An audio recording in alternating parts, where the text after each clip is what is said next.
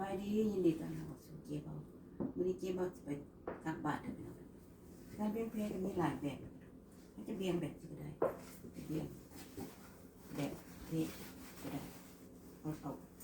เข็มขัดมาขัดเข็มขัดมาขัดหรือมันจะเบี้ยงแบบเจ้าภาพเบี้ยงแบบที่ก็ได้นะครับแบบนี้ก็ได้แล้วก็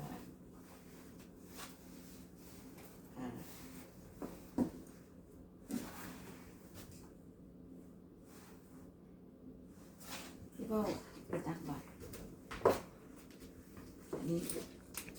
ตักบาตรนี้น้ำนี่เงินนี่ขนมมันจะมีข้าวจากเราตักบาตรแล้วนะกะหยาดน้ำเลยการหยาดน้ำกับแบบนี้ได้ไปหรอกหยาดน้ำปรารถนาสิ่งใดก็สมความมุ่งมั่นปรารถนาเกิดเงินได้เงินเกิดทองก็ได้ทองความเจ็บจะได้ของใครอย่างนี้แปลว่าสุดจบไปยังไงไปพบกับเจ๊เบ้าในตอนต่อไป